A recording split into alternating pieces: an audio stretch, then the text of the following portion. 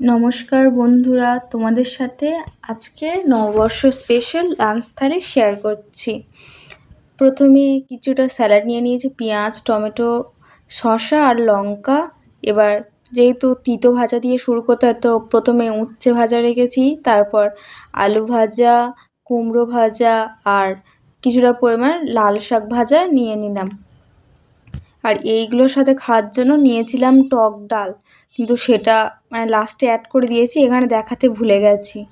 তো তার সাথে ছিল ঢ্যাঁড়স দিয়ে কাঁকড়া দিয়ে একটা তরকারি, আর পটলের দোরমা, এটা আমার বোন বানিয়েছিল, ডিম দিয়ে বানিয়েছে একটা নতুন অন্যরকমভাবে।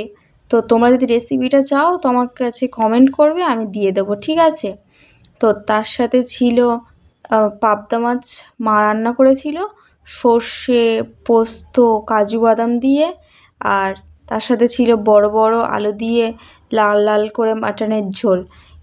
এর মধ্যে যদি কোনো রেসিপি তোমাদের পছন্দ হয় তোমরা কিন্তু আমাকে কমেন্ট করবে, ঠিক আছে? আমি তোমাদের সাথে সবটুকু শেয়ার করার চেষ্টা করব।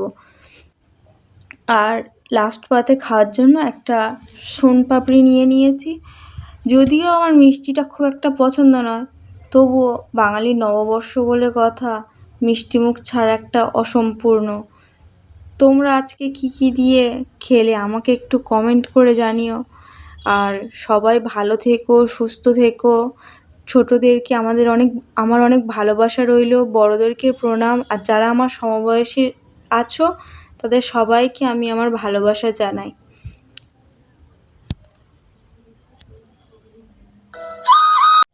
আজকে কোথায় ঘুরতে গেলে সবাই কিন্তু আমাকে কমেন্টে জানিও।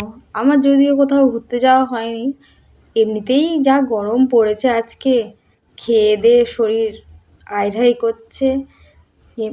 তোমরা ঘুরতে গিয়ে কেমন মজা করলে, আনন্দ করলে সব কিন্তু জানাবে, ঠিক আছে?